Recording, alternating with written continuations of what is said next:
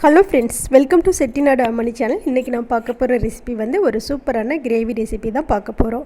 சிப்பி காளான்னு கொண்டக்கடலை சேர்த்த சூப்பரான சிம்பிளான ஒரு கிரேவி தான் இது சாப்பாடு சப்பாத்திக்கு ரொம்ப சூப்பராக இருக்கும். ஸ்கிப் பண்ணாமல் பாருங்கள்.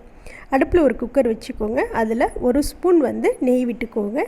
ஒரு ஸ்பூன் வந்து ஆயில் சேர்த்துக்கோங்க.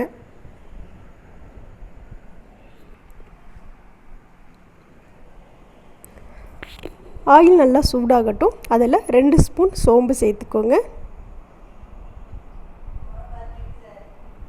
அதில் 4 வரமிளகாய் சின்ன சின்னதாக சேர்த்துக்கோங்க.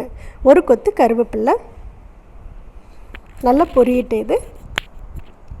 அது கூட 2 பெரிய வெங்காயத்தை சின்ன சின்னதாக கட் பண்ணிவிட்டு இது கூட சேர்த்துக்கோங்க. இதை எல்லாத்தையும் சேர்த்து நல்லா வதக்கி விட்டுறலாம்.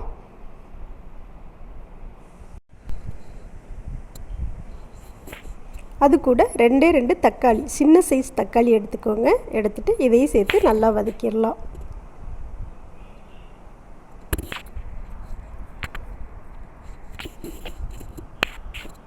இப்போ இது கூட ஒரு பாக்கெட் வந்து சிப்பி காளான். இதை நல்லா உப்பு போட்டு நல்லா கழுவிடுங்க. கழுவிட்டு இதை இப்போ நாம் இது கூட சேர்த்துக்கலாம்.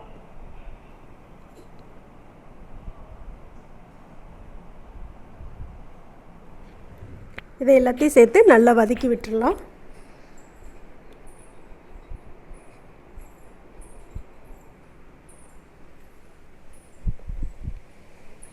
அடுத்து இது கூட ஒரு கப்பு வந்து நான் வந்து கொண்டக்கடலை ஊற வச்சுருந்தேன். இப்போ இந்த கொண்டக்கடலையை நல்லா கழுவிட்டு இது கூட சேர்த்துக்கலாம்.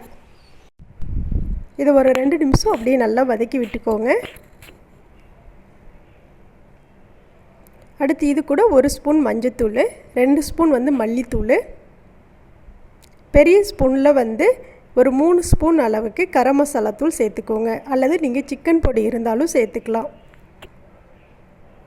அடுத்து அதே பெரிய ஸ்பூனில் ஒரு ஸ்பூன் அளவுக்கு மிளகாய்த்தூள் சேர்த்துக்கோங்க. நீங்கள் காரத்துக்கு தகுந்த மாதிரி சேர்த்துக்கோங்க. இதை எல்லாத்தையும் சேர்த்து நல்லா மிக்ஸ் பண்ணி விட்டுடலாம். இந்த பொடியெல்லாம் சேர்த்து ஒரு 2 நிமிஷம் அப்படியே நல்லா வதக்கி விட்டுடலாம்.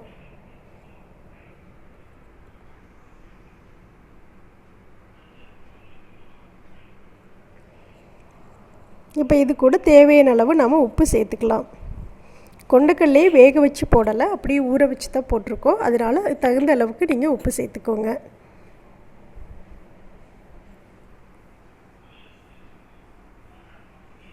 எல்லாத்தையும் சேர்த்து நல்லா மிக்ஸ் பண்ணி விட்டுடலாம்.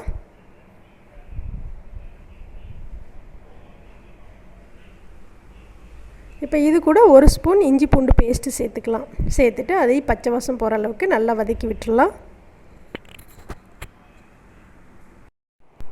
இப்போ எல்லாத்தையும் சேர்த்து மிக்ஸ் பண்ணதுக்கப்புறம் அரைமுடி தேங்காய் வந்து நல்லா பேஸ்ட் போல் அரைச்சிட்டு இது கூட சேர்த்துக்கோங்க.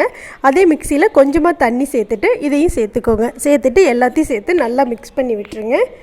உங்களுக்கு கிரேவி வந்து கம்மியாக வேணும் அப்படின்னா தண்ணி வந்து கம்மியாக சேர்த்துக்கோங்க. அதிகமாக வேணும் அப்படின்னா அதிகமாக சேர்த்துக்கலாம்.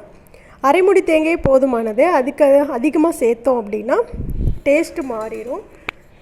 குழம்பு வந்து ரொம்ப கெட்டியாகும்.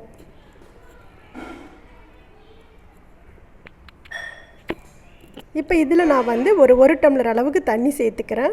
ஏன்னா விசில் விடும்போது கரெக்டாக கிரேவி அளவுக்கு வந்துடும். தண்ணி விட்டதுக்கப்புறம் எல்லாத்தையும் சேர்த்து மிக்ஸ் பண்ணிவிட்டு உப்பெல்லாம் கரெக்டாக இருக்கான்னு பார்த்துக்கலாம். பார்த்துட்டு ஃபைனலாக கொஞ்சமாக கொத்தமல்லி தழை தூவி விட்டுருங்க. தூவி விட்டுட்டு எல்லாத்தையும் சேர்த்து ஒரு மிக்ஸ் பண்ணி விட்டுருங்க.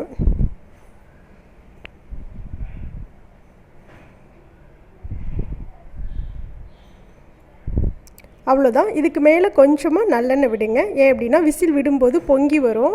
அதனால் நல்லெண்ணெய் விட்டோம் அப்படின்னா வெளியில் தண்ணி வராது.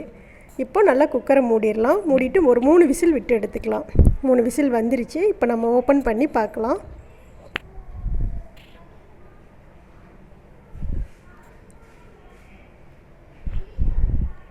சூப்பரான சிப்பி காளான் அண்ட் கொண்டக்கடலை கிரேவி ரெடி ஆயிடுச்சு. இது சப்பாத்தி சாதத்துக்கு எல்லாமே ரொம்ப சூப்பராக இருக்கும். இந்த ரெசிபி பிடிச்சிருந்தது அப்படின்னா செட்டிநாடு அம்மணி சேனலை சப்ஸ்கிரைப் பண்ணிக்கோங்க. பக்கத்தில் இருக்க பெல்லைக்கானை கிளிக் பண்ணி விடுங்க. உங்கள் ஃப்ரெண்ட்ஸ் ஃபேமிலி எல்லாருக்கும் ஷேர் பண்ணுங்கள். ஆரோக்கியமாக சமையல் செய்து அன்போடு பரிமாறி ஆரோக்கியமாக